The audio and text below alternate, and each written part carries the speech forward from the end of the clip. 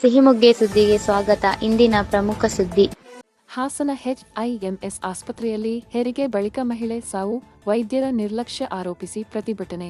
ಹೌದು, ಹಾಸನದ ವೈದ್ಯಕೀಯ ವಿಜ್ಞಾನ ಸಂಸ್ಥೆ HIMS ಆಸ್ಪತ್ರೆಯಲ್ಲಿ ಹೆರಿಗೆಗಾಗಿ ದಾಖಲಾಗಿದ್ದ ಗರ್ಭಿಣಿಯೊಬ್ಬರು ಚಿಕಿತ್ಸೆ ಫಲಕಾರಿಯಾಗದೆ ಮೃತಪಟ್ಟ ಘಟನೆ ಭಾನುವಾರ ಬೆಳಕಿಗೆ ಬಂದಿದೆ. ವೈದ್ಯರ ನಿರ್ಲಕ್ಷ್ಯವೇ ಸಾವಿಗೆ ಕಾರಣವೆಂದು ಆರೋಪಿಸಿ ಮೃತಳ ಕುಟುಂಬಸ್ಥರು ಆಸ್ಪತ್ರೆಯ ಮುಂದೆ ಪ್ರತಿಭಟನೆ ನಡೆಸಿದ್ದಾರೆ. ಹಾಸನ ತಾಲೂಕಿನ ಹನುಮನಹಳ್ಳಿ ನಿವಾಸಿ ಹಾಗೂ KR ಪೇಟೆ ಸಮೀಪದ ಚಿಕ್ಕಗಾಡೇನಹಳ್ಳಿ ಸರ್ಕಾರಿ ಪ್ರಾಥಮಿಕ ಶಾಲೆಯ ಅತಿಥಿ ಶಿಕ್ಷಕಿ ಕೃತಿ ವಯಸ್ಸು 30 ಮೃತಪಟ್ಟ ಮಹಿಳೆ. ಇವರು KR ಪೇಟೆ ಡಿಪೋದಲ್ಲಿ ಬಸ್ ಚಾಲಕರಾಗಿರುವ ಪುನೀತ್ ಅವರ ಪತ್ನಿ. ಫೆಬ್ರವರಿ 22ರಂದು ಹೆರಿಗೆಗಾಗಿ ಕೃತಿಯನ್ನು ಹಾಸನ ವೈದ್ಯಕೀಯ ವಿಜ್ಞಾನ ಸಂಸ್ಥೆಗೆ ಸೇರಿದ ಸರ್ಕಾರಿ ಮಹಿಳಾ ಮತ್ತು ಮಕ್ಕಳ ಆಸ್ಪತ್ರೆಗೆ ದಾಖಲಿಸಲಾಗಿತ್ತು. ಅದೇ ದಿನ ಸುಸೂತ್ರವಾಗಿ ಹೆಣ್ಣು ಮಗುವಿಗೆ ಜನ್ಮ ನೀಡಿದ್ದರು. ಆದರೆ ಹೆರಿಗೆಯ ನಂತರ ಕೃತಿಯ ಆರೋಗ್ಯ ಸ್ಥಿತಿ ಏಕಾಏಕಿ ಹದಗೆಟ್ಟಿದೆ ಎಂದು ಕುಟುಂಬಸ್ಥರು ತಿಳಿಸಿದ್ದಾರೆ. ಕೃತಿಯ ಸ್ಥಿತಿ ಗಂಭೀರವಾದಾಗ ವೈದ್ಯರು ತಕ್ಷಣ ರಕ್ತದ ಅವಶ್ಯಕತೆ ಇದೆ ಎಂದು ಸೂಚಿಸಿದ್ದರು. ಕುಟುಂಬಸ್ಥರು ಕೂಡಲೇ ರಕ್ತದ ವ್ಯವಸ್ಥೆ ಮಾಡಿದರೂ ವೈದ್ಯರು ಸಕಾಲದಲ್ಲಿ ಚಿಕಿತ್ಸೆ ನೀಡದೆ ನಿರ್ಲಕ್ಷ್ಯ ತೋರಿದ್ದಾರೆ ಎಂಬುದು ಪತಿ ಪುನೀತ್ ಅವರ ಆರೋಪ. ಪ್ರಸೂತಿ ತಜ್ಞರಾದ ಡಾಕ್ಟರ್ ಸುಮಾ ಅವರು ಹೆರಿಗೆ ನಡೆಸಿದ್ದರು. ಆದರೆ ನಂತರದ ಚಿಕಿತ್ಸೆಯಲ್ಲಿ ವಿಳಂಬವಾಯಿತು. ಪರಿಸ್ಥಿತಿ ಕೈಮೀರಿದಾಗ ಬೇರೆ ಆಸ್ಪತ್ರೆಗೆ ಕರೆದೊಯ್ಯಲು ಹೇಳಲಾಯಿತು. ಮಾರ್ಗಮಧ್ಯೆಯಲ್ಲೇ ಕೃತಿ ಪ್ರಾಣ ಬಿಟ್ಟಿದ್ದಾರೆ ಎಂದು ಕುಟುಂಬಸ್ಥರು ಆಕ್ರೋಶ ವ್ಯಕ್ತಪಡಿಸಿದ್ದಾರೆ.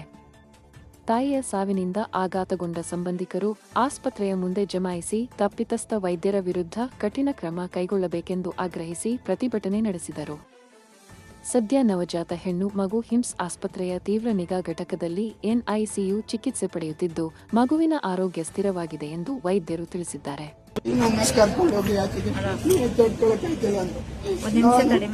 ಯಾರಿಗೂ ಫೋನ್ ಒಳಗಡೆ ಬಿಟ್ಟಿಲ್ಲ. ಸುತ್ತ ಗೇಟ್ ಹಾಕಿದ್ದಾರೆ. ಒಂದೇ ಗೇಟ್, ಒಂದು ಬ್ಲಡ್ ರಿಪೋರ್ಟ್ ತಗೋಬೇಕು ಅಂದ್ರೆ ಒಂದೇ ಗೇಟ್. ಈ ಕಡೆಗೆ ಹೋಗಿ ಆ ಕಡೆಯಿಂದ ಬ್ಲಡ್ ಎತ್ಕೊ ಬರ್ಬೇಕು ಅಂದ್ರೆ ಒಂದೇ ಗೇಟ್. ಇಲ್ಲೂ ಓಡಿದ್ರೆ ಆ ಕಡೆ ಅಷ್ಟು ಬಂದು ಈ ಕಡೆ ಅಷ್ಟು ಬ್ಲಡ್ ಬ್ಯಾಂಕಿಗೆ ಹೋಗ್ಬೇಕು. ಆ ಕಡೆ ಗೇಟ್ ಹಾಕಿದ್ರೆ ಆ ಕಡೆ ಅಷ್ಟು ಬಂದು ಇಲ್ಲಿ ಬರ್ಬೇಕು. ಸ್ಟಾರ್ಟ್ ಮಾಡಿದವರು 2 ಡೆಲಿವರಿ ಮಾಡ್ತಾರೆ. ಆ ಡೆಲಿವರಿ ಆದ್ಮೇಲೂ ನನ್ನ ಹೆಂಡತಿ ಚೆನ್ನಾಗಿದೆ. ಹೆಂಗ್ ಸತ್ತೋದ್ಲು, ಅವಳಿಗೆ ಯಾಕೆ ಟ್ರೀಟ್ಮೆಂಟ್ ಬರುತ್ತಿಲ್ಲ ಅಂತ ಫೆಸಿಲಿಟಿ ಇಲ್ವಾ ಇದ್ರೊಳಗಡೆ? ಯಾಕೆ ಸತ್ತೋದ್ಲು ನನಗೆ ಕಾರಣ ಬೇಕು. ಪಾಪುನ ಐಸಿ ಒಳಗಡೆ ಹಾಕಿದ್ದಾರೆ. ಅವಳಿಗೆ ಸಿಜರಿನ್ ಮಾಡ್ಬೇಕಿತ್ತು, ಅದು ನನಗೆ ಬೇಡ. ಅವ್ರು ಏನ್ ಟ್ರೀಟ್ಮೆಂಟ್ ಮಾಡ್ಬೇಕಾಯ್ತು ಮಾಡಿಲ್ಲ. ನನ್ನ ಹೈಯರ್ ಸೆಂಟರ್ಗೆ ಸತ್ತೋದ್ಮೇಲೆ ರೆಫರ್ ಮಾಡಿದ್ರು. ಸಂಜೆ 8:15 ರೆಫರ್ ಮಾಡಿದ್ದಾರೆ. ಮೈಸೂರಿಗೆ ತಗೊಂಡು ಹೋಗುವಲ್ಲಿ ಇಲ್ಲಿ ವೆಂಟಿಲೇಟರ್ ಹಾಕಿ ಅವ್ರ ಬಾಡಿ ರಿಯಾಕ್ಷನ್ ಆಗ ಮಾಡಿದ್ರು. ವಿಡಿಯೋ ನಾನು ಡಾಕ್ಟರ್ ಹತ್ರ ಮಾತಾಡ್ಬೇಕು. ನಂದು ಏನಿಲ್ಲ, ನಮ್ದು ಏನು ಅಬ್ಜೆಕ್ಷನ್ ಇಲ್ಲ. ನಾನು ಅವ್ರನ್ನ ಕೇಳ್ಕೋಬೇಕು ಅಷ್ಟೇ. ನಮ್ಮ ಅಪ್ಪ, ನಮ್ಮ ಚಿಕ್ಕಪ್ಪ. ಈ ಘಟನೆಗೆ ಸಂಬಂಧಿಸಿದಂತೆ ನಗರ ಪೊಲೀಸ್ ಠಾಣೆಯಲ್ಲಿ ಪ್ರಕರಣ ದಾಖಲಾಗಿದ್ದು ಸಂಪೂರ್ಣ ತನಿಖೆ ಮುಂದುವರೆದಿದೆ.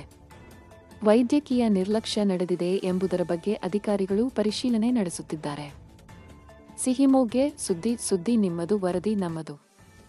ಸುದ್ದಿ ಹಾಗೂ ಜಾಹೀರಾತಿಗಾಗಿ ಸಂಪರ್ಕಿಸಿ. ನಿಮ್ಮ ಬೆಂಬಲ ನಮಗೆ ಪ್ರೋತ್ಸಾಹಧನ.